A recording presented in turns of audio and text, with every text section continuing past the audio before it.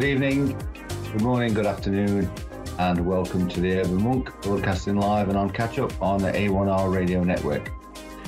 Tonight, I want to talk a little bit more about the brain and our thoughts and energy. Reading a book recently, The Master Key System, written around about 1912, I believe. There was little bits in there where the medical world of that age was a little bit more enlightened than we are at the moment.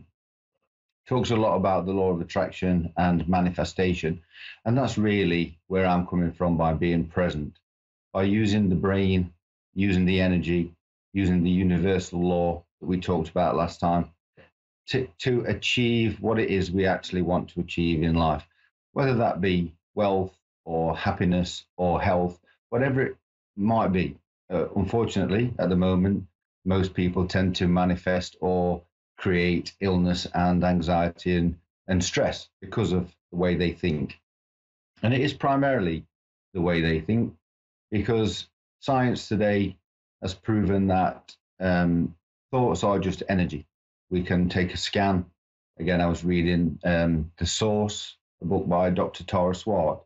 She was a general practitioner that went into neuroscience, and the latest machines are able to detect energy movement within the brain during a scan. So if we think happy thoughts, a happy part of the brain starts to vibrate. If we think negative thoughts, then a negative part of the brain, and so on and so on. This takes us back to manifestation or the law of attraction. What we think is what we get. So we need to look at the consciousness or the universal energy, and within this three-dimensional body that we have on Earth, on this planet, existing as we do as human beings. And that's something else that's very important. We are human beings, not human doings. But we spend so long, as I did, chasing after something in a future time that doesn't exist. So going back to the consciousness, when we think about the human body or the human essence, there are two things that control who we are. One is a subconscious element that we can't change, we can't alter, and that will always happen. So, for example, no matter how hard you try, you can't make your heart stop beating. It beats naturally. Until we pass over, your heart will continue to beat. That's part of the body that works without us having to remind it or to tell it to do so. We breathe while we're asleep. You know, if we have a medical issue or a physical ailment that means we need help breathing overnight, then that's something that's outside of our human control, if you like. So we don't breathe. We don't think about breathing. It just happens naturally. We can't stop the heart from beating. If we cut ourselves, we bleed, and then eventually thousands of tiny cells form together, coagulate, and heal that wound. It does it automatically. We don't have to summon it. We don't have to send messages consciously to the body to repair itself. It automatically repairs itself, again, unless we've got some kind of medical ailment. So therefore, the other things in life that we need to think about are our thoughts themselves. What are we actually guiding ourselves towards? How does the body react without thinking? So when we're still or mindful or present, or we're in meditation or a meditative state, the thoughts will come, but we don't have to acknowledge them. We don't identify with them.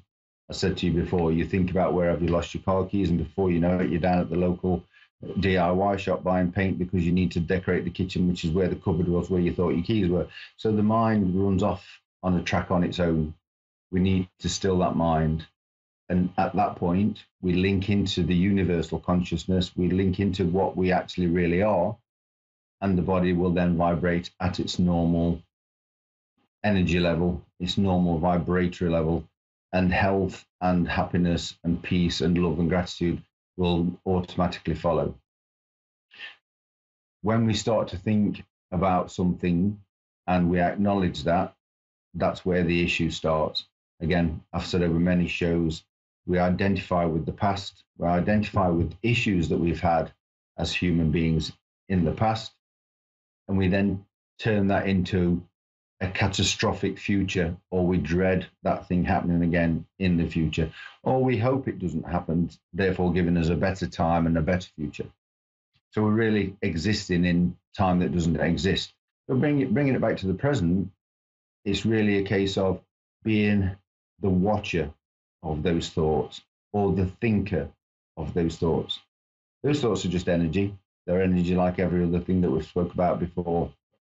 But if systems aren't in place, if we're not guarding ourselves against negativity, people around us, the environment that we're living in, the education or the upbringing that we've had, if we link into that and hang on to it, it follows that the neuroplasticity of the brain, the way the brain can change and repair itself mentally, it can't physically, we know that, but we can help our thought patterns change. We can help our life change. We can help the way the future is going to be mapped out for us on a daily basis. We can affect that by what we think. So it's really about taking it for granted that the heart will continue to beat. It's automatic. Take it for granted that you will continue to breathe. It's automatic.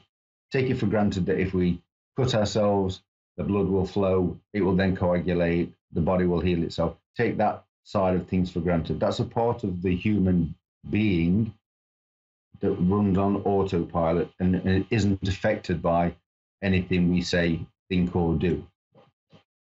If we carry on doing what we've always done, a wise old man said to me, we'll carry on getting what we've always got.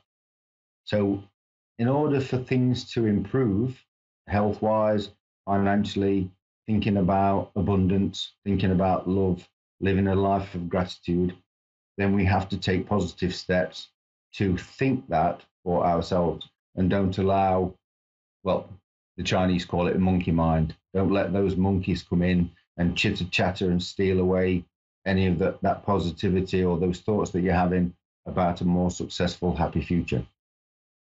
Still the monkeys, quieten the mind, take up relaxation, take up meditation, just sit for a moment, sit as you are now, wherever you're sitting or standing, watching this on catch up or watching it live, just think, feel how your feet feel on the floor or on the carpet, feel how your behind feels on the chair, how your back feels against the chair, sense that feeling. Okay, just sit where you are, feel the sensation where your hands are touching your legs if they are, or whatever they're doing. If you're washing your hands, feel how warm the water is. How nice does the soap you're using smell? So if you're thinking those things, you can't then go off on a tangent to think of something else that's stressing you out or causing you anxiety. It's been proven, again, by science. This is not just me and the ramblings of a crazy old Englishman. It's been proven by science that the brain can't think of two things at the same time. Right? So if we're stressing about that job appointment at the boss's office on Friday, if we're worried about that, we can't affect it. We can't do anything about that meeting until Friday. So why would we let that affect our health now? So if we're thinking that, just take time to place your hands on your thighs and just feel the touch of your clothing between your legs and the palms of your hands. Just feel that sensation. Again, feel the sensation of the warm water. Anything that you can do in the present now, mindfully, will take those thoughts of the appointment, seeing the boss on Friday, they'll be gone. Your brain can't think of the same things, two things at the same time. One of the things I teach clients is to do that. Close your eyes and breathe and feel the sensation, and then instantly imagine the Eiffel Tower or imagine the Statue of Liberty. When they open their eyes, everyone admits you can't think of the two things at the same time. You can't feel and imagine how nice that feels to be touching your thighs or where your behind is sitting on the chair or the car seat. If you're visualizing, feeling it, getting involved in it, you have to stop.